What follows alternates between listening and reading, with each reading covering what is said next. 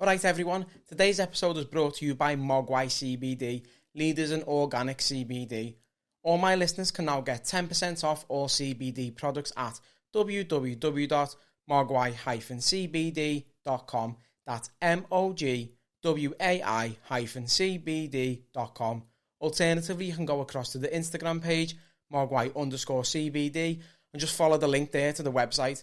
Now, if you use discount code NOWTHEN10, that's NOWTHEN10, NOWTHEN10, you can get 10% off all products there.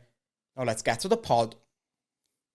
You still telling your daughter that Nala's a tiger because she's a girl and lions are boys? Oh my god. Did you know about that? Nail! Oh my god. Ruined me there. I always try and start with something that just catches you off guard. How did you even find that? It's a bit of research, innit? Oh god. That's what it's all about. I can't even remember What it happened? So tigers are girls, yeah? Well, that's what I thought back then. Tigers are girls and lions are boys. And that turns out they weren't.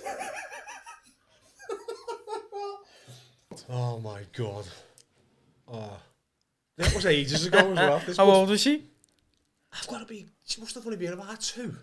Something like that. What happened there, lad? Well, that's just you've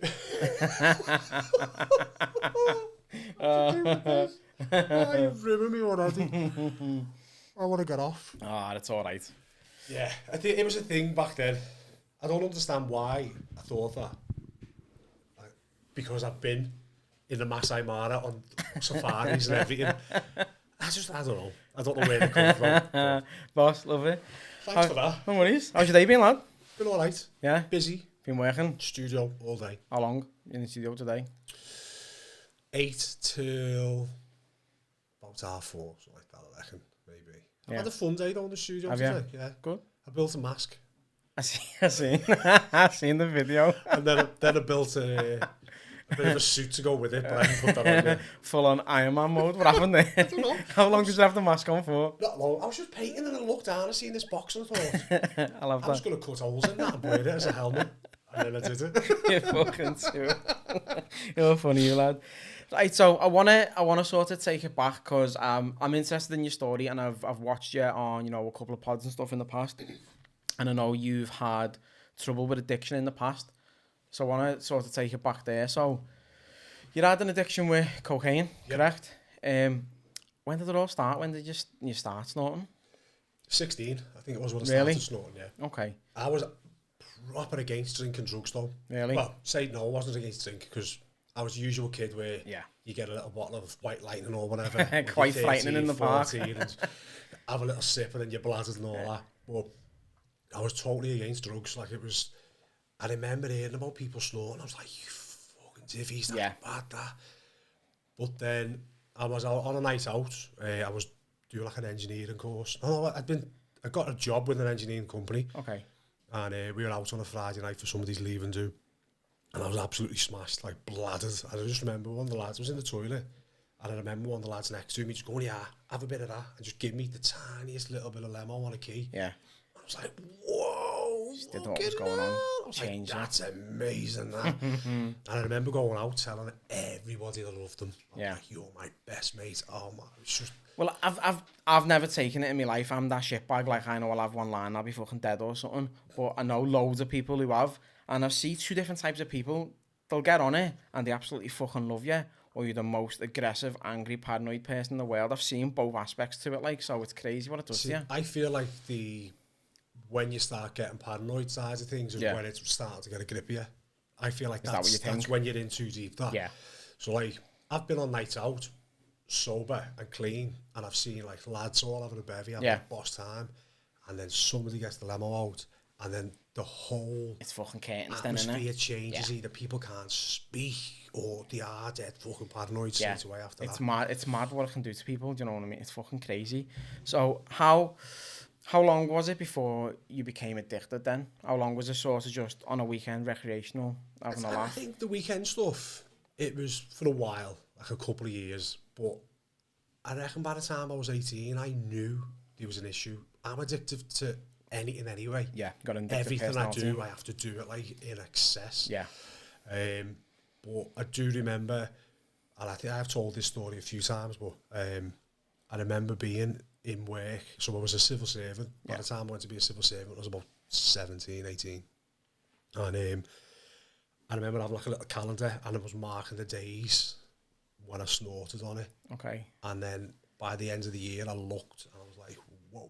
It was easier to count the days that you didn't. Yeah. It was just, I don't know why it got that bad. That's heavy though, isn't it? Yeah, but I mean, it was the usual though, like where someone starts off with a 20 bag. Yeah. Well, it started off with a key, then it started off with a 20 bag, and then rapidly it was like, well, you can get 3 for 50, so I'll get me 3 for 50. And then over time, it just excelled. Like the more people I met, I got more access to it. Because I think when I was a bit younger, it wasn't as easy to get hold of it. Like I could probably phone somebody now and get it. Like in seconds. I think it'd be so easy to get hold of it. It is. I get that. Like, I go fishing all the time, and on the local parks, you just see loads of lads in the bivvies, and they're just all flying up and giving them fucking weed and lemo and all that, and you just think it's got to a point now, especially with like social media and all that. I keep getting friends requests from fucking like dealing sites on Instagram. Like, you can buy your weed off them. I'm like, you're marketing on a fucking social media platform. It's scary. Press one button and it's there. Yeah, so, like the dark web and everything now. Exactly. So how long ago was it? You were saying you were starting when you were 16. So how old are you now, if you don't mind me asking? 37. Okay, so 20 years ago. So I stopped when I was 27. Okay, so that's 10 years ago then. Yeah. But like, we've come a long way in 10 years in terms of accessibility to stuff and all that. So imagine how dangerous it would have been now. I'd probably be dead, I reckon. Now. Think? I think so. One of my last heavy binges, Jen had gone away, my wife. I think she'd gone away for the weekend. And I had a mate of mine come round. And between like on the Friday to the Sunday, well, I know we nailed more than 3 ounces because he bought 3 ounces. Yeah. And we nailed that just between the two of us. But I'd already had I'd quart, and then I got another quart, then I got another, and that was just the weekend. Was that the weekend you were just watching daytime babe station? Nailed. I don't even understand, because we didn't have a phone line in our house either. So fucking pager, lad. He was legging it over the co-op to get phone credit for his phone, just for phone babe station. Spend the $5 before 6 o'clock and get your free weekends on Vodafone and all. Do you know what? I didn't even realise back then. Well, then, like, daytime babe station, you can't be dirty then, you know? No. You can't say anything to them. And I've nearly said his name then. My mate who was there with me, he's like talking to this girl, and I just leaned over and I went, "Shows your fanny, love." And you just see it come to the screen, go, "You fucking dirt." And I was like that. She wants you to fucking ask her to read a book or something, read a poem. You're like, I think the fella that was on before us was talking about John Terry and Frank Lampard to her. That's fucked up. How is that even a thing though? How is there even a market? Like, I know babe station's just a mad thing anyway, like just watching fucking birds on the telly, just like are they even having proper conversation with you? They're just like that, this daft concierge, you know what I mean? But it's weird, isn't it? After 10 o'clock, at least you see a little bit of skin and all that, but not even a nip or nothing, like there's nothing. You don't see any titty, nothing. And yeah, like I said, you can't talk dirty to them either. No, that's berserk. I should have asked if you could bring another 50 back now. We don't know to you. So, how did it control your life? It just did. It was like I'd cause arguments so that I could get on it. Where? Close ones, loved ones, or just anyone? Well, now wife, back then girlfriends. It was like you'd find anything. Like, I think there was always a million excuses to use, but never ever a reason. And I always use that line, like, there's never a reason. There's a million excuses for you to snort. It could be something like you spill a cup of coffee, you get in a bad mood, fuck it, I'm getting on it. Something as simple as that. And like, as I say, I've never used, but it sounds daft, but it's that sort of addictive mentality. I kind of get it on the level where I'm a little fat bastard at the minute, right? And I'm fucking addicted to takeaways. Everyone knows it, right? I'm not even messing, right? You just laugh, right? I worked out, so the lads in work were asking me how much money I spent. I spent $2,500 on Just Eat last year, just from November to November, and that's just on kebabs and pizzas. That's not Mackey's, KFC or Chinese, right? But I'll have a shit day in work, and I'll come home, and I'll fucking lash out at the kids and everything, and I go, fuck it, I'm getting a chippy, and I'll order a chippy, and it changes my mood. So I imagine, like, you're looking for an excuse, like, fuck it, I've had a shit day, I'm getting on it. Different level, like, but... For a long time, though, it was sound. It was just, like, I just loved it. I loved being the centre of attention. I love, like, when you're in town, and I'd be the one who was throwing it out everywhere. Back to ours, everyone was in ours, and I enjoyed that, but in the end, I started noticing, I'd go to town.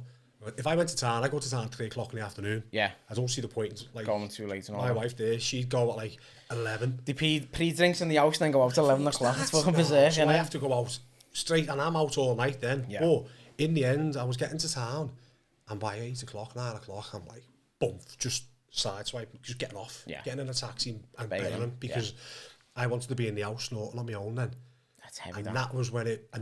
At that point, it was like, I'd rather be in the house. I think it was more like I was just that paranoid of snorting outside. Paranoid of what, though? Like, sort of getting clocked by the busies, or just... My own shadow. Is that what it was? It was just everything and anything? It, like, I used to work on the doors as well for 8 years. And, oh my God, you'd have a stripe and you'd just be the shittest doorman ever. You'd just be like... I'd just be stood thinking, oh, please don't speak to me. It was just terrifying. That's heavy. But, like, some of the... Like, paranoia, snorting was horrendous. I remember one night in our old house in Widnes, we had like the stairs, there was like a cupboard underneath the stairs. Yeah. And I remember getting underneath there with just a CD box full of lemo and my phone. And my mate texted me, where are you? Meant to be in work. I was like, I'm not coming in, mate. I'm under the stairs and I'm staying here. And he was like, fuck off. And I was like, no, I can't get out. And about 4 hours later, he texted me, where are you? And I was like, I'm still under the stairs. Shit. And he was like, get out. Still under the stairs. I was just sitting there with my phone, just having a little key, and then just like, but I wouldn't let go of that. That's fucked up, you know. There was other times where I'd stayed up for about 3 days, and again, this is while Jen's away on holiday, and I think by the second day, I started hallucinating, and I remember walking in the back kitchen to have a stripe, and I looked at the window, and I was like, oh my God, there's their dad. And her dad just stood there in a busy outfit with a fucking big hat on and everything. Got me lemo, bailed upstairs, and every like half an hour, it was probably every minute I'd come back down, creeped looking, he was still stood there, and I was like, your head must have fell off. It was vile. He wasn't there, it was just pure paranoia. That's scary though, isn't it? Freaked me out. I didn't even realise they can do that to you. Yeah. That's scuzzy. No, like some of my mates, they used to like get the phones and they'd take the SIM cards out, chew it and swallow it, because they think the business is coming for them and everything. That was like a weekend thing, that. That's heavy, that. Yeah. You've not just fucking skint on the limo buying SIM cards everywhere and that. But like, I'd be dry snorting as well, quite a lot. No drink. Because I know a lot of people do it while they're on the... What's the difference between snorting, like with ale and dry snorting? I think it's just a little bit fucking heavier. I think like, I used to use the excuse, like if I've had a bevy, I need a line to go with it. Yeah. In the end... I always say to Jen now, like, if you ever walk in the house and see me with a bevy, then there's going to be lemo in every room in the house somewhere, even if I've told you there's not. Yeah. Because before I've had a sip of ale, I'd have lemo somewhere stashed. I'd have bought it. If I've made that point that I'm going to drink, then I've already bought the lemo. Because you don't drink anymore, do you? No. And I know you've said historically that when you lived in the townhouse, you used to stash lemo on every single floor, so you knew wherever Jen went, you were safe to go and have a line like. So I remember in our kitchen downstairs, we had like the kitchen cabinets, and there was always like a gap between the top of the cabinet and the roof. Yeah. And I used to just drop it over there, and then sometimes like I'd go like weeks, and I'd look back over, and you just see little bags everywhere that I'd forgot about. Oh my God. Or empty bags everywhere. I imagine back then, that was like fucking feeling you won the lottery when you forget about it and you just find a little stashed one. Regardless of how old it was, I just nailed it anyway. That's mad. Now, you were saying about sort of coming in between you and Jen a little bit, and she had to put up with you. So, did it ever come in between you and other family members? Because I know you got to a point where your mum offered to clear all your bills and everything, and then you made the decision to phone your dealer straight away and ask for another 550 bags because your mum was going to pay for it. Yeah, like, she doesn't know about that. She doesn't? No. She will if she listens to this. Don't get her on the pod then. But no, like, so Jen took the brunt of it all, to be honest. Like, people, mates and family members, well, mainly mates, knew that I'd snorted. Yeah. Nobody really knew the extent at which I snorted. Yeah. To the point where, in the end, Jen was like, I've had enough of this now, you've got to go. You can't carry on like this. Yeah. I still didn't go home and tell my mum why we'd split. Yeah. And Jen weren't going to do that either. Is that because you felt ashamed to tell her, or you just didn't want her to understand that world? Yeah, you just thought, it's not the type of thing you want to tell your ma that. No. Like, listen, I'm a fucking raging cokehead. Yeah. And I probably just blamed a lot of it on Jen again then. It was like, listen, we had a bad time, we split up, do you know what I mean? And that was it. But my mum then went away for 2 weeks on holiday. So that gave me free reign in the house. It's the worst thing for you, innit? Yeah. At that time. And then I think my sister must have thought, hang on, what's going on here? Yeah. Something's not right. And at one point, I must have went out of the house. I don't know if I went out to get ale or ciggies or what, but my sister had come in and she rooted through my bags and everything. And she found like a 20 box of ciggies. Yeah. Empty, just full of empty lemo wrappers, and it was just bursting. There was that many. How many would you fit in that then? Oh, mate. That's scattered. I mean, it was bursting with it. So she found that, and she tried to speak to me about it. But she took that on the chin, and she tried to deal with it on her own. But yeah. That's a lot for someone to deal with, though, isn't it? That's made up, though. She's not going to tell me, Mum. I just carried on. I'm like, listen, yeah, I'll do it for you. I'll behave. I'll do this. Yeah. Because when you're in that position, you're just a lying bastard. Yeah. You will lie to anybody to carry on. And I did. Yeah, understand that. I took her to a CA meeting with me, and she come out and she went, oh my God, they talk about God a lot, don't they? And I was like, yeah, they're fucking weird, them, you know. And she was like, I don't think that's for you. And I was like, nah, it's not. And I was made up. Done. And I got out of it then. So there was another way to carry on. Another out for you. That is, it's proper heavy, that, because, like, how did you hide it for so long then? If you were so bad, how did you manage to hide it from all these people and family members? Well, because I could dry snort as well. Yeah. So I didn't need to have a bevy. So I could, this is bad, but I could drive and snort, which I would frequently. Yeah. So you wouldn't really know. And the likes of my mum and dad, they're not, what's the word I'm trying to think of, like streetwise when it comes to cocaine. Yeah. It's not a thing that really. Well, it's a different sort of era, isn't it? Really. Yeah, definitely. My ma's the same. Like, we used to have parties in the house and like people would be on the limo and all that, and you could see people's jaws like the pirate ship in Gulliver's World. And my ma was just fucking oblivious. My ma was like, you're all right. How's it going? I'm just like paranoid to fuck, thinking my ma's gonna kick off here. She weren't even onto it. And my ma worked as a barmaid for years. Yeah. She worked in like Dickie Lewis, Smoky Mo's, the 051 and everything. And I was like, the amount of people off the tits there, and you're just oblivious to it. So I never ever got like, my jaw never went. Yeah. Like the only thing would be your pupils. You can't hide your pupils going fucking massive. Yeah. That was about it. So most people, I used to think Jen didn't know about it, but she did. She just buried her head, and it was easier to not confront it. Yeah. And I get that. Do you know what I mean? Yeah. So I used to do, I don't know if God, am I allowed to say, yeah, fuck, I don't work there anymore. While I was in the civil service, I'd snort in there, in the actual office. Am I going to get in trouble for that? I'm not asked. But yeah, like, quite frequently, just go to the toilet, whack a line out, have a stripe, go back to your desk. That's not out of the ordinary either, though. So I work in a car seat factory, and we don't anymore. We used to have a 3-shift pattern. So all the office staff and all the managers are in on daytime. So from like 7 till 5, they're all present in the facility. They all leave at 5. The late shift runs till 10, and then the night shift do 10:30 till 6:30. And a couple of times I had to go in to cover night shift. We had a breakdown or whatever because I'm an engineer in there. And like they have the radio blasting, and half the lads would be disappeared off the shop floor, and they'd all be in the box just all snorting lemo, and then like working machinery on the shop floor. And I was just like, is this the fucking norm? And then in Jag itself, like there's loads of lads who get pulled up, who do drug tests, and they're getting lead because they're all fucking off the barnet and everything. It's a regular thing. And it's like, mad, isn't it?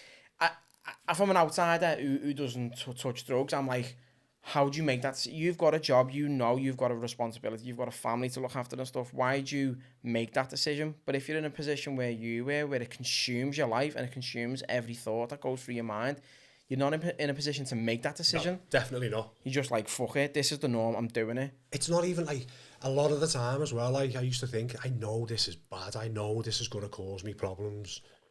but I'd still have that stripe. Yeah. It's like, to be honest, it's a disease of your mind. Yeah. That's what addiction is about. It is. And I don't think you've got any say in it. Like, even if you don't want to do it, you just end up doing it. Yeah. There's like this little voice in your head that'll make you do it until you get the tools to put it right. Just controls you completely. Yeah. That's scary, that.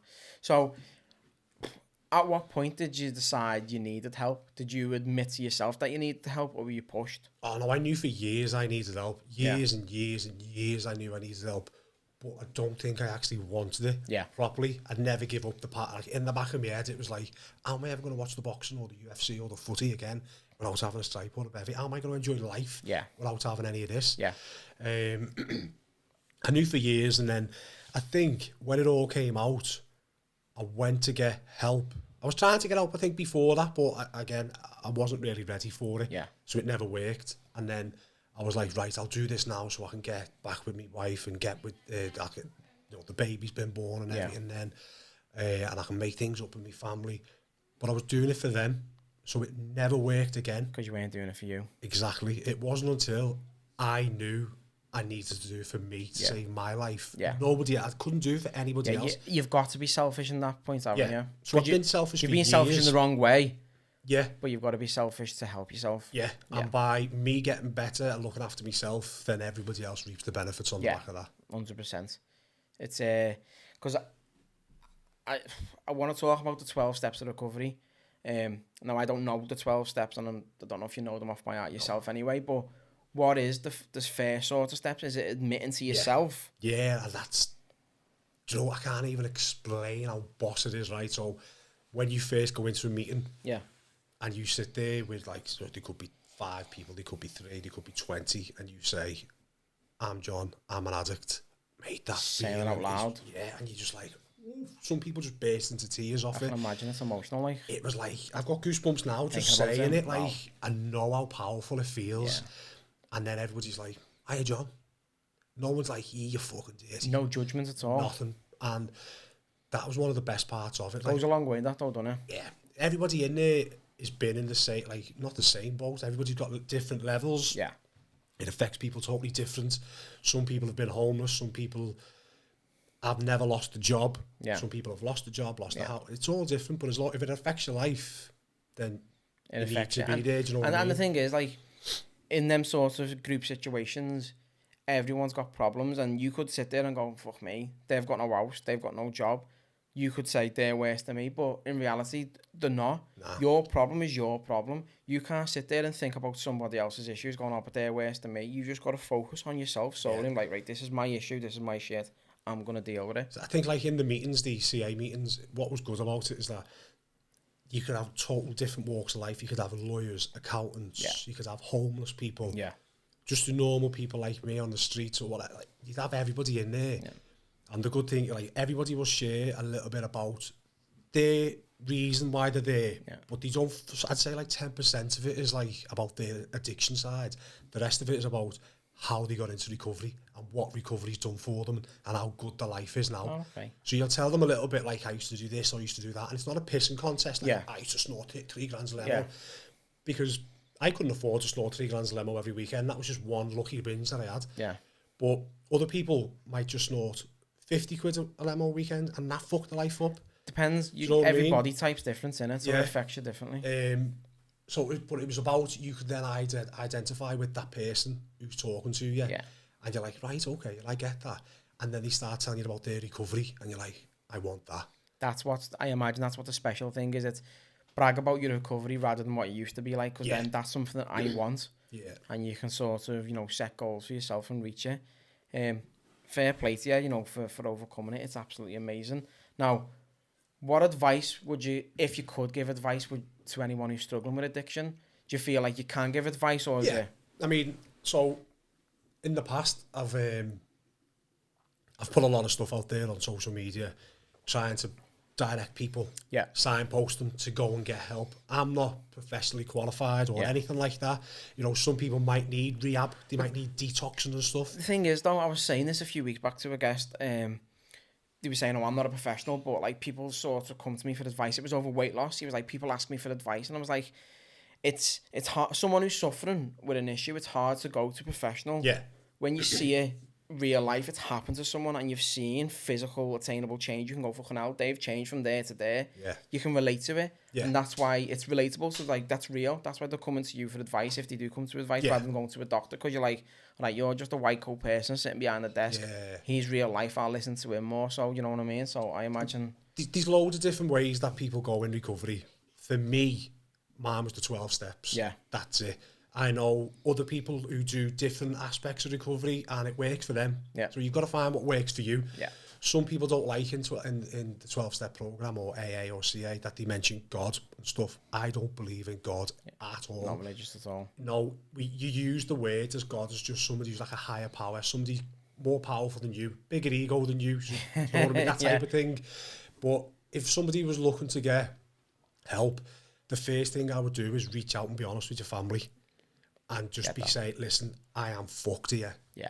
I've been doing this, and this. Communication's a powerful tool, isn't it? Once you've laid it out there, and I guarantee, a lot of people won't do it because they know once they do it, it's going to be harder to snort. And that way, they're not ready to do it. Yeah. If you're ready to give up, I think you'll reach out and say, listen, to your wife or whatever, this is what I've been up to. I quite often signpost people to a place on Rodney Street called Sharp. Okay. That's where I went. And that got me sorted. These AA and CA meetings all over the place. Yeah. You find a lot of AA don't like people from CA because they are just Alcoholics Anonymous, whereas CA accepts everybody. Anyone. But I've been to loads of AA meetings, but I just don't talk about drugs in there. I basic law all around alcohol. Okay, fair play. Now, do you regret being an addict, or are you sort of a believer in everything happens for a reason and you're the person you are today because of your past? Like, you've moulded yourself because of what's happened. You've learnt lessons along the way. Yeah. And you know what? Our daughter said this to us maybe a month ago when we were out on a walk. She was like, Dad, I'm glad that you were on the bend the way you was. Oh, wow. Because you wouldn't be, oh God, I'll choke up there. But I was going to say, that must have hit you hard. Because you wouldn't be the way you are today without it. And I was like, whoa. And she's only 10. She come out with that. And I was like, mate, I appreciate that. But it's true though, it is. It's true. And similar, like, my daughter, she's 10. My dad committed suicide when I was 5. And she constantly asks questions about him and she wants to know how. And I won't tell her yet because I don't think she's ready. But she always says, like, oh, do you wish your dad was still here and stuff? And I go, well, no, not really. And I know it sounds horrible, but I'm the man I am today because of what's happened in my life. And he was 5 when he died, and it's 25 years this year. It's a long time, and I'm sort of over it. It's only now it's affected me when I've got 3 children, and I look at my kids and I go, but he's missing out on this. But I would never change it because I wouldn't be who I am. I probably wouldn't have my kids, and I'm like, it's happened. It's written in the fucking stars, you know what I mean? Yeah. So I believe that, and I can see the emotion in your eyes then, so it's got to you, obviously, but it means a lot of saying that. I wouldn't, because I wouldn't change it, because I don't think my art would be the same as it is. Yeah. Nothing would be the same, would it? Yeah. If it wasn't for that. I imagine you'd appreciate life a lot more now, though, as well. Yeah, definitely. You've got a different outlook. Totally different. And, like, you can enjoy things, like, just simple things in life. Yeah. After, when you come out of addiction, it's like, I think you take a lot of things for granted. For me, a cup of coffee, slice of cake, mate, that's the best thing. It's heaven. Yeah. Look, yeah, that's fucking boss. Now that you've recovered, I want to touch on the artwork. So, how did it start?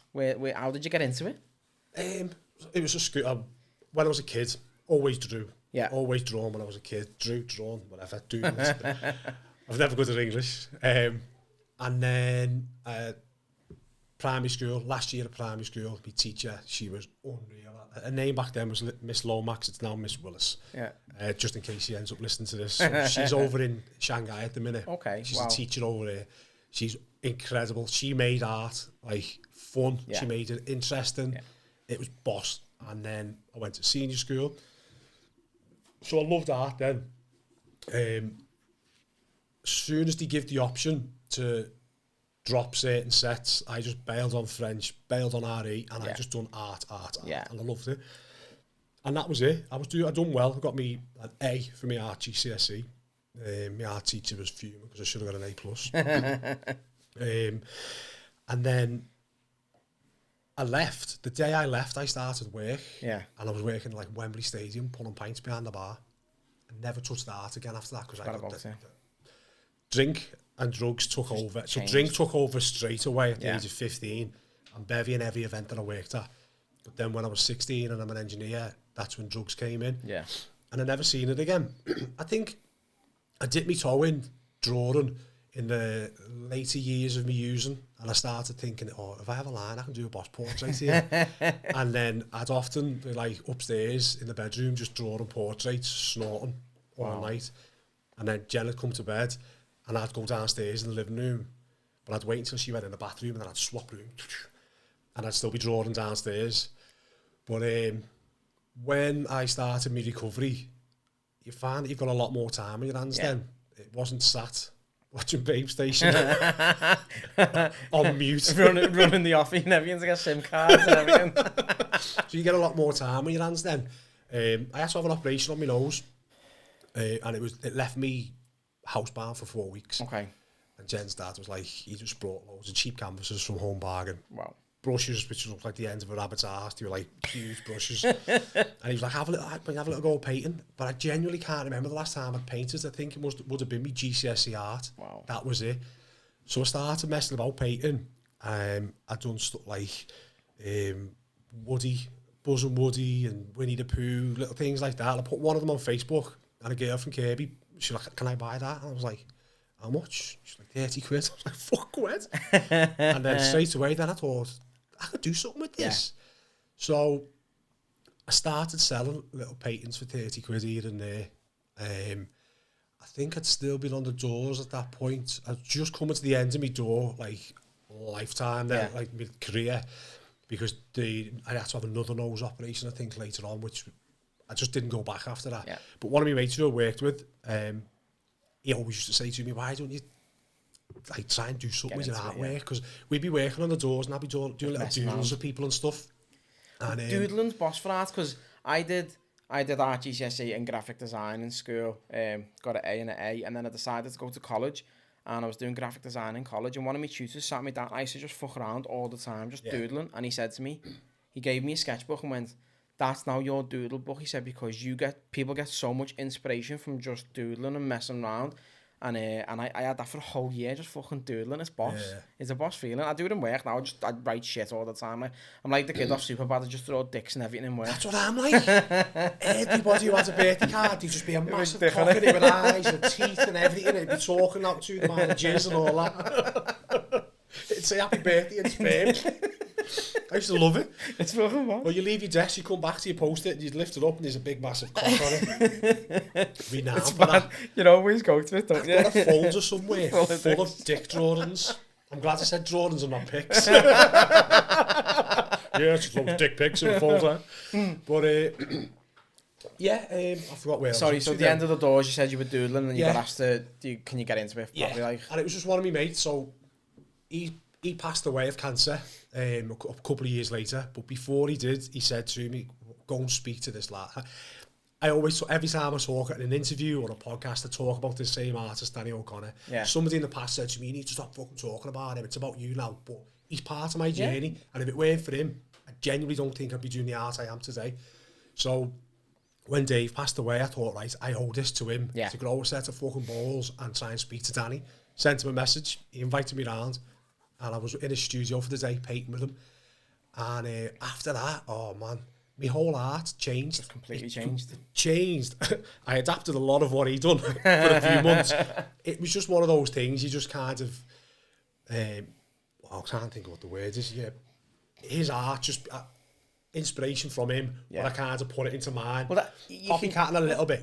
You can be inspired for someone, but art has got to be, it's free expression, isn't it? Yeah. It's about expressing yourself. So you can say, okay, I like that style, but I highly doubt you're ever going to be identically the same, because you're just going to come into it then with your own and just start throwing things on it. We're completely different now. I mean, originally I used to just draw Disney. That was it. And then when I'd seen Danny and I seen all that, I was like, fuck it. And he just kind of taught me like not to be scared anymore. Just go for it. Yeah. If you make a mistake, make it work and stuff like that. So I went away and I started doing all different types of art. I was like, shit, this is going quite well, this. But then a mate of mine from Ireland sent me a picture over of, it was a digital painting of Iron Man that was done digitally as a palette knife. And I was like, well, I'll have a little go for palette knife drawing now then. It's a palette knife painting. And then that's when it started. The palette knife stuff. Just, I don't, like, people say to me, I've had messages, how do you do that? I'm like, I don't want to sound like an arsehole. I don't really understand how I'm doing it. Yeah. I just do it and it seems to work. It just comes natural to you. From the very first palette knife draw, I keep saying drawing, that's pissing me off now. The very first palette knife painting I did is completely different to what I do now. Yeah. It's become a lot tighter, like me work now. But it's my work now as well. It's like, I feel like... Well, if anyone sees a piece of your work, straight away they know it's John Shaw's work. Yeah, it is. You can identify it straight away. I'm dead nervous here because I've got a dry nose and I'm like, you know, look, I've got a bogey. It's all right, lad. So you were saying that you only got your qualifications from school, so you didn't go to college or anything? No, I've never, ever done anything with art. So I want to touch on, when I went to college, we used, because in school we did never do it because we were underage, but in college we had a life drawing class. I don't know if you've ever done life drawing or anything. No. Oh my God, it's the most fucking insane experience ever. So there's like 25 fucking pre-adolescent teens all upstairs in the room. Top floor, it was in Myrtle Street Community College. And there was in my class, there was about 17 lads and about 6 or 7 girls in total. And the models, you get some like young girls who come in and the bodies are in shape and you're like fucking buzzing and all that. And then you get some fellas and you're like, I feel weird drawing big veiny dicks, right? I draw them in my book, but I'm not looking at one. But we had this old Chinese woman, I think her name was Sue Lee, right? She was a fucking character. She was about 78, 79 years of age. She'd bring a suitcase in to get fucking naked. Don't know why, right? She had all kinds of props. She'd set her up and fucking Nellies were touching the floor and everything, rubbing Sudocrem all over her nipples because he's dragging them. And we used to just sit there and just piss ourselves laughing for the full 2 hours. When we had it in the afternoon and we knew we had air, we'd go down to the flute and all have a few scoops and then just come back up, be bladdered and just pissing at this Chinese woman with her tits out. It was just a mad experience, lad. No. It was fucking berserk. No, I've never done life drawing. It's mad. I've asked you, haven't I, in the past, but she's not been too game fucking for Rose off Titanic and all that in the car. But I remember my cousin years ago saying to me, John, if you want to draw naked women, you just draw it. And I'm like, and I've got pictures my mum's given me of like watercolour paintings. I'm glad you said pictures my mum's given me watercolours there. Sorry, me man. Christ. Fucking hell. Just all paisley models that I've just like sitting there just painting pictures of them with chebs out and everything. Chebs. I heard somebody get slaughtered for saying chebs the other day. No, there's some funny words. No, chebs are boss words. Chebs sound, innit? But yeah, no life drawings or nothing like that. I think the only other thing... What the fuck? Was my chair gone? Yeah. Have you just folded your foot back? Yeah. That's what you've done? What happened to me there? I done that in work, right? But I got my toes jammed between the lever and the wheels and I was stuck. I was like that. I wasn't too sure when I was going to stop then. Fucking hell, man. One thing I did do when I left school between like 16 and 27 is I had a little go at doing a diploma to be a cartoonist. I thought, okay, I'll have a little go, like in the newspapers and magazines and stuff. So I thought, all right, I'll have a little bash of this. Paid about 400 quid to 12. There was 12, what are they called?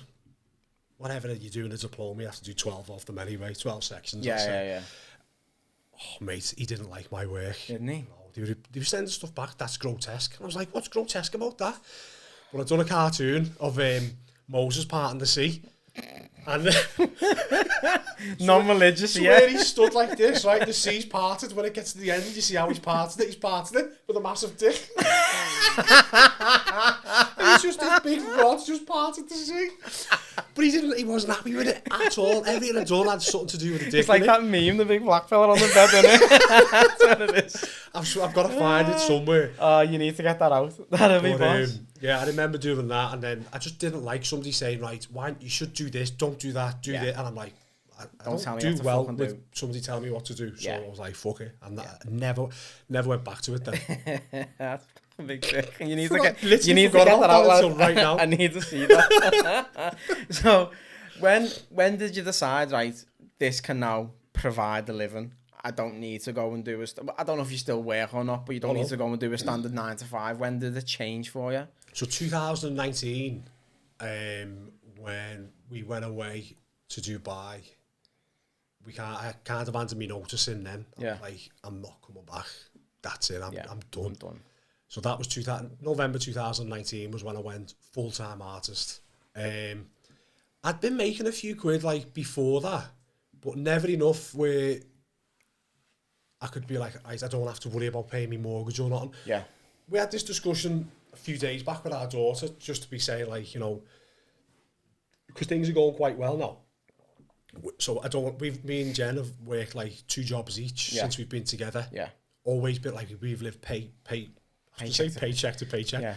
Pay slip, let's keep it English. Not pay American, slip to pay slip. Wage to wage, whatever. You know, and then even when, because a lot of people, family, said, why don't you just work 16 hours a week instead? And nobody had the faith in me that I could do it as a full-time artist. And I'm not asked, like, if any of the family listened to it, they didn't. They all said the same thing, don't do it, John. Yeah. One person who did was my wife. She just went, fuck it, do it, go on, crack on. She probably knows you better than anyone, though. And I did it, and maybe never look back. I mean, I did it in November, and we went into lockdown in March. That Seeing was your ass scary a little bit. That was like, shit, what do we do here? Yeah. So, but rather than focus on, like, let's just rush loads of art out, let me try and make as much money as we could, I thought, well, fuck it, let's just go for it. And me and my daughter then set up our online art classes. Yeah. That was massive. Mate, the first week we had 27,000 people online with us. I always say this, imagine if we just charged £1 each. We'd have been minted. Exactly. We didn't want any money out of it. We just done it for free. It's mad thinking about it like that. £1 each, 27 grand off in an one week, class. That was. Wow. And that lasted that like amount of people joining us for about 2 months, 2.5 months. It was rammed. Wow. But we didn't do it for anything like that. But if anything, my profile was raised a lot more then. Yeah. And then all of a sudden, my artwork started selling. More and more. Paintings, 4 originals in one day sold, and we were like, whoa. Wow. So you're still only probably going back to 2000, like last year, when it really kicked off, and we could be a little bit more comfortable. It's because I was having a conversation about you in work, because it's mad, because you look at old school artists from years ago and centuries ago and stuff, and they only tend to become famous once they've died.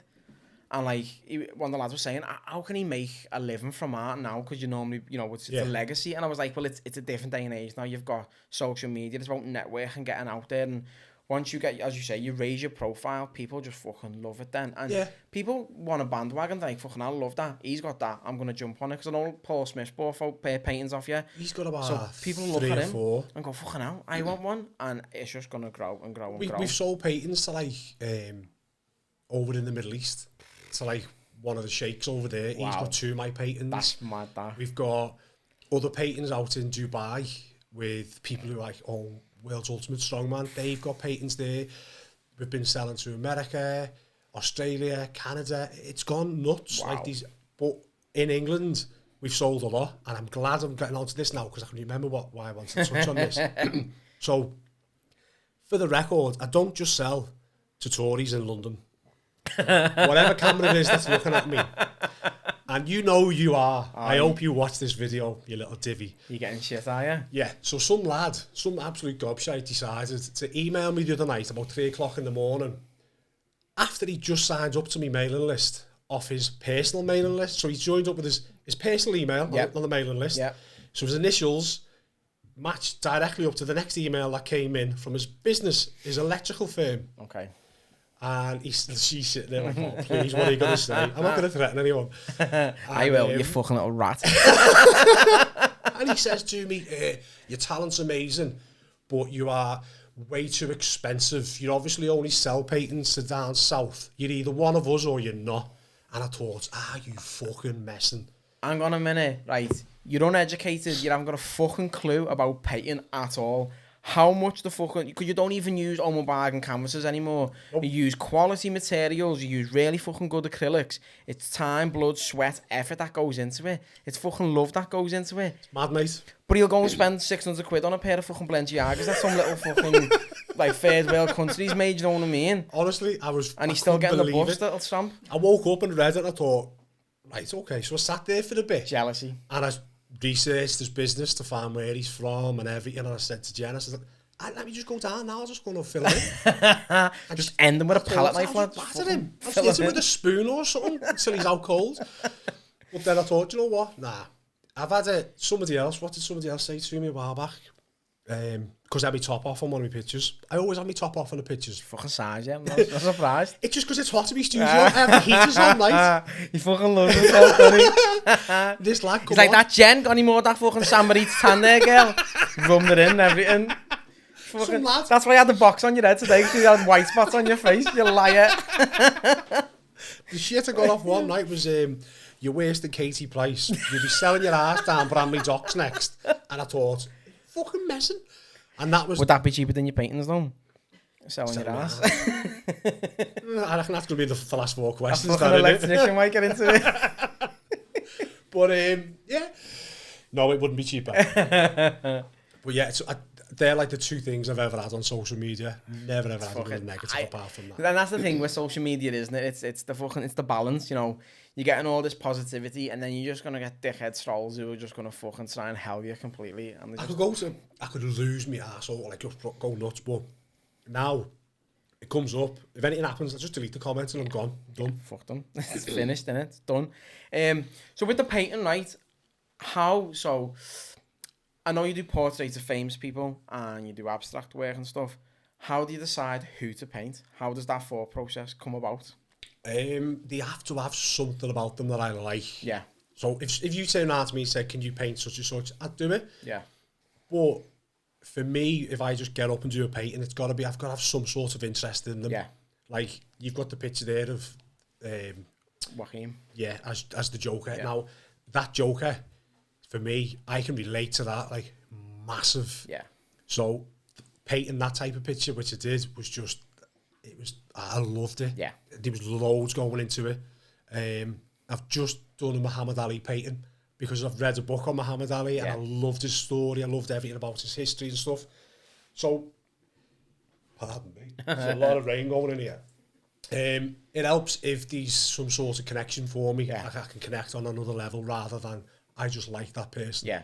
It's in your mind then as well, especially as you say, if you've read a book or something, it's fresh. Quite often, if it's a musician, I'll play their music the whole way through. While I was going to ask, do you play music while you're in the studio? Yeah and no. So I have like different phases. So sometimes, like recently, I had a podcast phase where I just listened to podcast after podcast after podcast. But then this lockdown fucked with me head quite a lot. Yeah. I didn't want to laugh anymore while I was painting. I couldn't be arsed laughing. I was just too miserable to laugh. And I'm like, I'm not putting something funny on because it's not funny anymore. Yeah. But then I get dead dark. And I'm on Spotify putting funeral music, Googling like searching for death songs. And then I'm painting like whilst I'm dying in my head. And I do all weird shit like that. Do you know what though?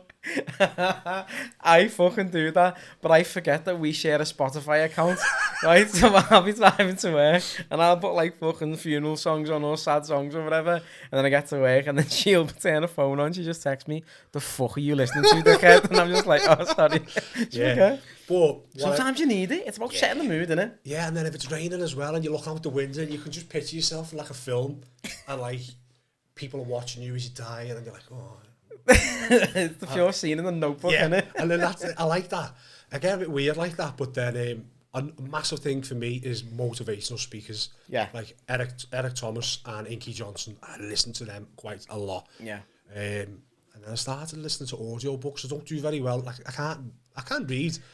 I'm more of an audiobook person than a physical book. If I read a page, by the time I've read the next page, I have to go back and read the page before because I forgot everything that fucking happened. Listening, you can... Well, I seen something a few weeks back saying like listening is like 90% of communication or something stupid. I'm not going to quote the numbers correctly here, but that's the highest percentage of communication is listening. So it works for me. Yeah. So then like I was listening to a few audio books. I tried to do a couple on philosophy. Fuck that. Yeah, fell off. No, I'm just like, whoa, no. Yeah, so while I'm in the studio, I listen to music, podcast, the type of music that I listen to. Oh, varies. Come on. I can listen to Andrea Bocelli. Yeah, tune. But then I'll stick Backstreet Boys on, or 911. You need it, though. Or Westlife. Fucking need it. Then I'll go like to the Beatles, U2, and then... Anything heavier, Slipknot or anything like that. Oh, yeah. She knows what I've got a shit on. Because you hear Slipknot just blasting. Fucking heavy Slipknot though, aren't they?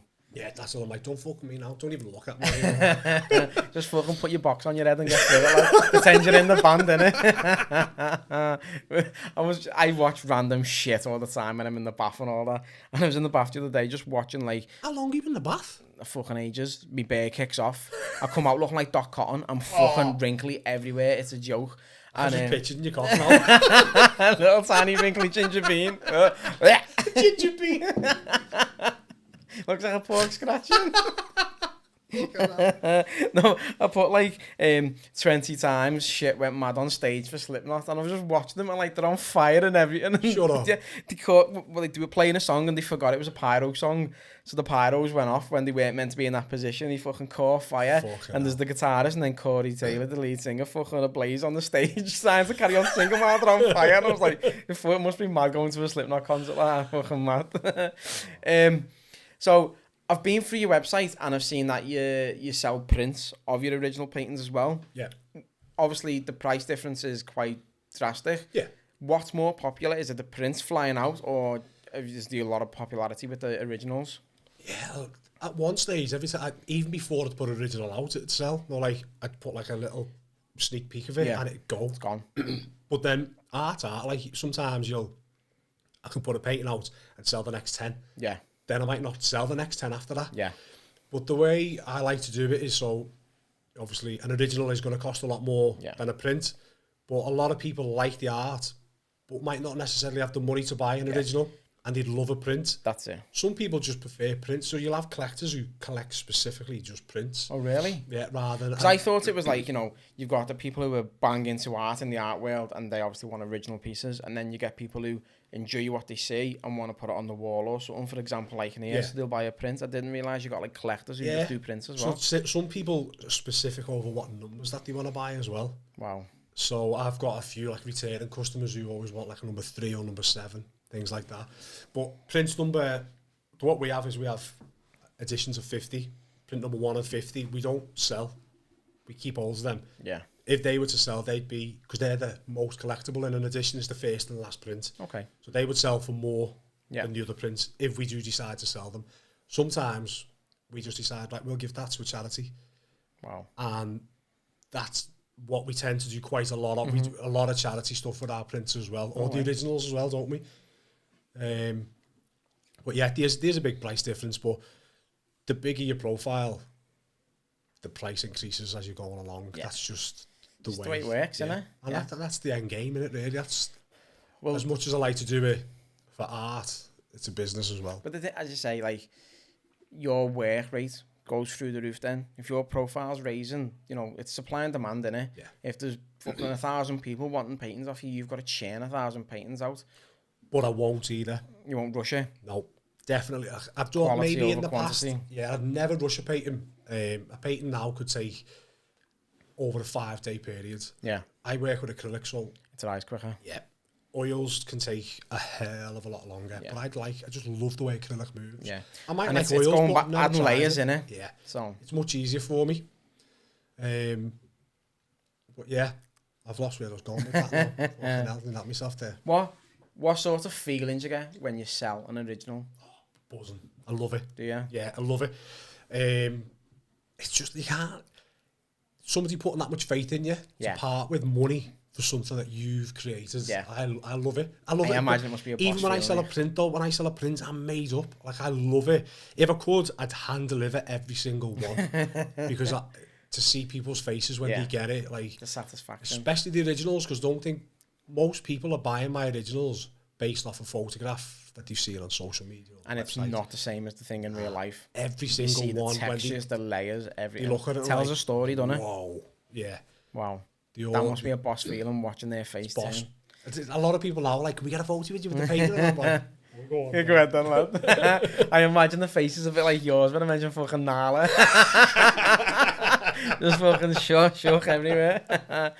Right, so I want to move on to the brand that you've got. So, you know, I know you started the online art classes with your daughter, and it was your daughter who originally said, you know, be boss, be kind at the end of the videos when she was signing off. So, how did that start then? Was it just purely because of the statement she made? You thought, you know what, we can turn this into a bit of a brand? It was just, I think somebody said, oh, you could put that on a t-shirt. And I was like, so I'd done clothing before with a mate of mine. Okay. It's a hard business to get into. I mean, he was like the financial side of things, so he pumped a lot of money into it. But I think when it comes to clothing, you need a good 12 months before you start seeing the return on your investment. Yeah. After 6 months, we kind of like break even. Stopped. Really? Yeah, he's got his other businesses anyway. Yeah. So it wasn't as full attention wasn't there. Yeah. It wasn't as a priority as the rest, but I mean, he put everything into it. But it's, like I said, it's a hard business to get into. I imagine you need a massive platform to be able to sell as well. Because you see all these like Z-listers who've been like Love Island and stuff, and they've started like clothing brands, and people are like, fucking, that looks easy, but no, he's got like 2.5 million followers from ITV's Love Island, so he's got an audience to sell to. If you're just an average you only have to sell 1% to that audience and you're flying out. Exactly, yeah. If you're just the average person and you just fucking grafting to get it out there and no one's aware of it, you're going to struggle. Well, after them classes, I already had a really good idea about how clothing and stuff worked, and I knew I had loads of contacts to get things done. So that's what we thought, right, let's just get some caps made, let's get some hoodies made, let's see how it goes. And that first week, in fact, so we touch on the fact that we had to go through a battle first. I was gonna say, did you decide to trademark it straight away, or did you start selling and then go, shit, this is getting serious? No. So we didn't sell a single thing. I think I got 5 caps made of 3 hoodies, one for me, one for Is that because you had prior experience in the business, so you knew a bit about it? Because I imagine a lot of people are just like getting excited, fuck, I'm going to sell some mats, jump at it, and then realise the reality afterwards. Yeah, I don't know what it was, but in my head I thought this name that our brand we come up with as a belter, it's boss. So I didn't want to do it and then somebody else just jump on it and rob it on us. Yeah. So I thought I'll go through it properly, and I paid 280 quid for the trademark. And I think it was about 4 days before. I think once you put it in, I think it's like a 2-week window or something, isn't it? It's longer than that. I don't know if it was 3 months, wasn't it? You have to wait a certain amount of time. Like, because they put it in like online or in some on a database, and everyone's got to go through it. Yeah, and it was only about 3 or 4 days before the deadline that I then got a letter off your boss to say. I've seen the story in the Echo and all that. You're fucked.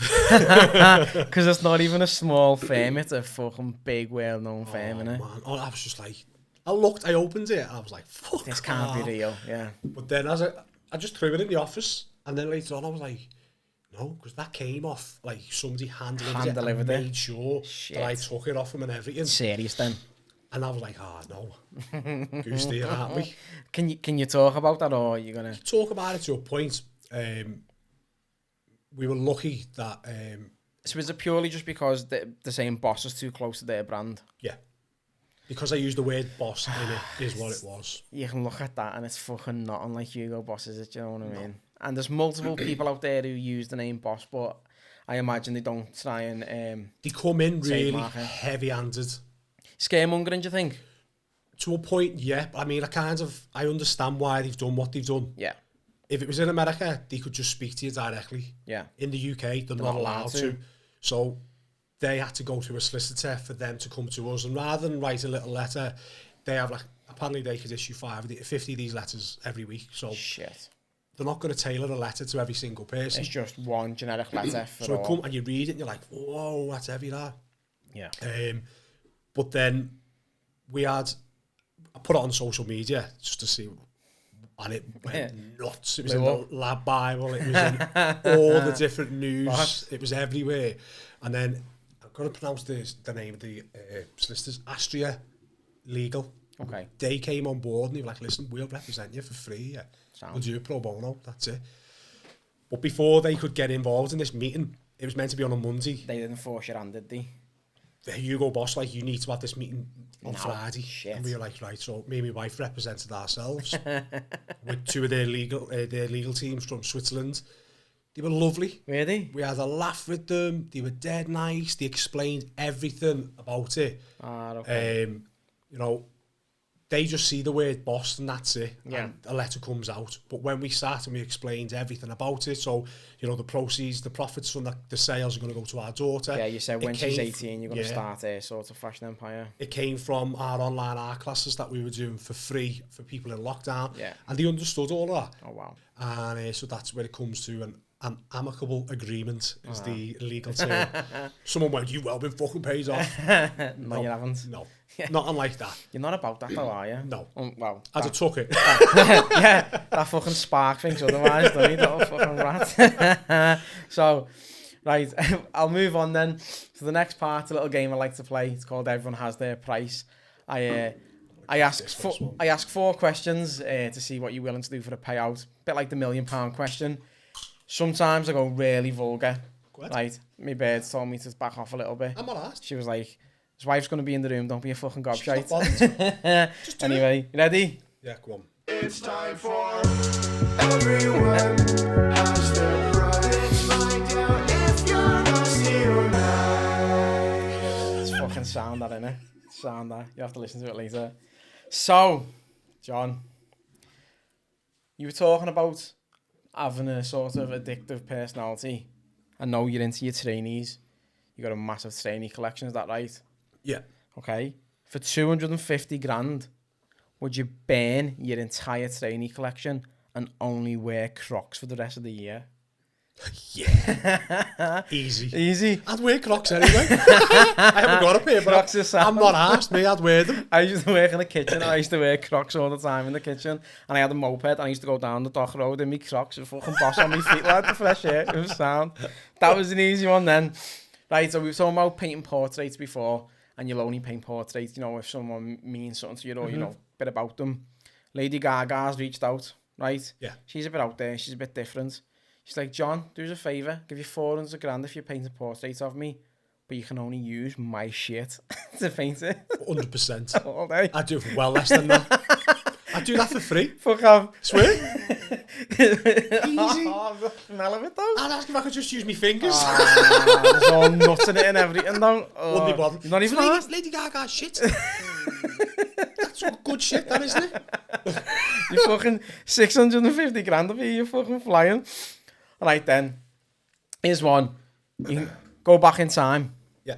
You're back at the Queen's 80th birthday party. Oh my God, how do you find this one out? With all your best mates, fucking John Major, Shirley Bassey and Cliff Richard and all that. Fucking hell. Giving hugs out everywhere and that lad, walking out wrong doors and all that. Right.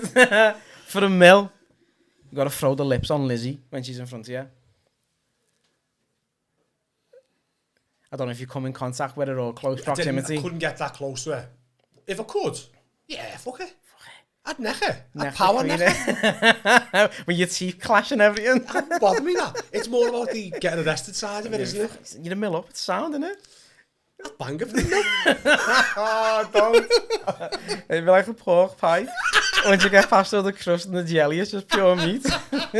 Oh, fucking stinks. It'd be like licking a battery, wouldn't it? You'd always go back for a second go. You're like, what was that? Fucking no, it's nasty, that shit. Hey, your dad's not listening to this one, is he? You're flying here, lad. Right then, last one. I have to get you involved a little bit, Jen, as well. So, right. You got a mortgage on your house, right? To pay the mortgage off in full, right? Don't have to worry about your mortgage anymore. Every time you have sex, there's a one-man band playing in the back garden, right? Full on fucking drums, trumpet, harmonica, everything. So it's annoying for you, but the neighbours know when you're on the nest and how long you last. Probably know anyway. Hey, they'd be fucking knackered after a week. There's have no air left in them. They're fucking done in. It's nice. I love it. Right, so John, what does the future has in store for yourself? You know, I know you've been doing work with exhibitions and stuff. What plans have you got? Well, first of all, I'd like to just kind of correct what I've said previously. So, another time I said art world domination. Yeah. And I think maybe that was me getting a little bit ahead of myself. I'm not about that. Yeah. I heard somewhere the other day somebody talking about greed and hunger, and greed is wanting everything for yourself. I'm not like that. I've got a hunger for the art world. Yeah. The art world's massive. I believe there's a piece for all of us who are involved in it. Yeah. So my little statements about art world domination, I retract that. I just want to be... It's just how you take that as a listener. Because you haven't meant it the way some people have took it. I don't think I did, no. but I said it, I thought, anyway. But yeah, so what we've got coming up, obviously lockdown has balls everything up for us. I know you had a couple of exhibitions in St. Helens. I had a solo exhibition in St. Helens coming up in February. That got cancelled. We had another one which was going to be in the Albert Dock, another massive solo exhibition. That would have been quite a high profile as well. That's been cancelled for now. Hopefully that'll happen again in the future. Oh God, I'm sorry for all this burping here, man. But we've got... I'm working on a collection. It's all the fucking funny farts from Lizzie. Probably smell better. So I've been working on a collection at the minute called Looking for Love. Okay. Now, what it is, it's a series of 6 portraits. People who I love them to look at, listen to, learn about. These hidden love arts in each picture. Okay. Just something different, but it's now becoming a bit of a thing that I'm incorporating in quite a lot of my paintings as well. Some of them are obvious, some of them aren't obvious. So we're working on that. Unfortunately, it's not going to be able to be exhibited physically because June is when the pubs and clubs and everything start opening up. Yeah. I can't wait that long to exhibit these. Yeah. I've got to run a business as well, so we're doing a virtual exhibition. Okay. So it'll be online. People will go on the website. If they've signed up to the website, they'll get an email to say, listen, it starts at 7 o'clock tonight or whatever. Yeah. It's like going on Google Maps. You walk into the room. Is it like that, is it? You literally walk around and look at the walls. And then when you see the painting, you'll click on it. It'll zoom in. All the info of the painting will come up. You can buy it. It'll take you to the shop in the website. You'll actually buy prints or buy the original or whatever. So we've got that coming up. Hopefully early April. We're going for that. I'm just working on the last 2 pieces today. Okay. So within the next few days, they'll be finished. Then they get photographed by our photographer. And then we start curating the gallery ourselves online. Okay. So we do all of it ourselves online. You know, no way. It must be cool. A bit of graft though. It's a pain in the ass as well, but it's boss. Like the last one went down quite well. Did it? There's just something about me work at the minute which I just feel like I've leveled up a little bit. Yeah. I'm starting to finish work and I'm like, oh, fucking hell, that's boss, that I like that. And like, I'm appreciating my own work. Yeah. Not in a cocky way, but it's just nice. It's taking pride in it though, isn't it? Yeah. So we've got that coming up. And then we are in discussions with a couple of venues in Liverpool now. Okay. So we've got one venue, but I'm not going to announce the name of them just yet. But they've said they definitely want me to have exhibition at their venue. We're going to do like just a 1-day pop-up exhibition. Okay. So hopefully it'll be sunny. We can have it outdoors. Yeah. If not, we can take it inside. It's going to be in L1. Yeah. So that vicinity. So it's quite... I said one of my goals was to have a solo exhibition in Liverpool. Yeah. And I've got it coming this year. So, and I'm buzzing. Oh, that's boss, that, isn't it? Yeah. I made a couple of phone calls and the people I spoke to were like, they were buzzing for it. They were like, yes, we want to be a part of this. Yeah. I sent another message off to somebody else about one of their venues. They own like nightclubs and stuff in town. Yeah. He come back to me today. Straightforward, anything you want. Yes, let's do it. So hopefully we've got an exhibition coming up June, July, where people can attend, see the paintings, touch them if they want. Yeah. If they break it, they have to pay for it. And then you'll be breaking faces. Look. Yes. And then after that, we'll have another one as well. So I want to have 2 solo exhibitions this year. Yeah. In Liverpool, because the ones in St. Helens is great, but it can be out of the way for a few people. Yeah. If I've got it central to Liverpool, then I've got everybody can get to it. And if everything's open, people can come have a meal, see the art, go for the drink and all that. Yeah. So So like the last one we had like over 250 people turned up to it. It was mental. I was flapping in case nobody turns up. Yeah. The gallery themselves, they said like we've never had a turnout like that in 20 years. And that's all for you. And it was like, what? And we had the difference of people. Like, I had some lads who were like 6'5", 25 stone, huge men. Then we had like little old women turning up. I mean, it was the diversity there's, boss. Is the mayor? Was that her name? Is she a mayor? Yeah. Or the mayoress? whatever, female mayor, I'll go with that. And it was her last event that she was attending. And she said, like, I'm so happy that this is my last event that I get to go to. That'll stay with you forever, that as well. I've got a little book from the day, and everybody signed the book and stuff, and I've got all like their memories from the day and stuff like that. That's unbelievable, that. And it's the legacy you're leaving for your daughter is unbelievable, isn't it? And then one of the biggest things that we've got coming up after that is I've been commissioned to do a painting. I don't know if you're into strongman at all. Yeah. So you've got Eddie Hall and Hapthor Bjornsson fighting in Vegas. Fight, aren't they? So I've been commissioned to do the official artist to do a painting of both of them for their event in Vegas. Can you do a painting when fucking Eddie smashed his head in his line on the floor? Devil. See, that's what I want. When I was a kid, right, I've got 2 older brothers, and they used to always just fight. And my mum said I'd do a picture one day of our Mark with a broken nose full of blood. So David just filled him in, and I just drew a picture of our Mark's nose. I want a painting of fucking floor, brown bread on the floor. Yeah, so that's going to be... Imagine catching a dig off one of them. Nah, it would be nice. You're going to sleep, aren't you? Just like getting hit by a small van. Yeah. Oh, no, I've been watching little bits of it, and like Hapthor looks piss poor. Yeah. Eddie's looking... I mean, you put either of them in there with a real boxer, they're getting pinged everywhere. Yeah. But considering where they've come from... Yeah. Eddie's doing really, he looks sharp. He's a different animal, Eddie, though, isn't he? Yeah. He's boss. So that's, fingers crossed I can still actually go over there as well. And when's that again, did you say? September. So we're supposed to be over there because it's going to be near 40th. I'm only 37. She's a fossil. Little cougar there, aren't you, flying? No, that'll be boss, though. Yeah. Won't it? Be a belter. They've looked after us really well. So the core sport who are running that event, they own World's Ultimate Strongman. Yeah. So we've been out to see them a few times over in Dubai and stuff like that. They took us over there. That's mad, isn't it? 2019, was it? They flew us over, hotel, everything. They just put it all on for us. They were amazing. Crazy. So this is going to be quite a cool one though over in Vegas. As long as I can get there. Yeah, I think you will. I don't want to go into COVID because it's fucking depressing and all that, but it's been long enough now, and he's put dates against things now. He's got to be held accountable, and there's other countries who are fully open, like America now. There's fucking thousands of people at the Super Bowl and everything a couple of weeks ago. Was he? Yeah, there was thousands, like not full capacity, but say a stadium could hold 70,000, you had 35,000 in the stadium. So America, it's only really England who are fucking shit at the minute. Everyone else is sort of opening back up. So I think September, 6 months away, would be sound. Oh God.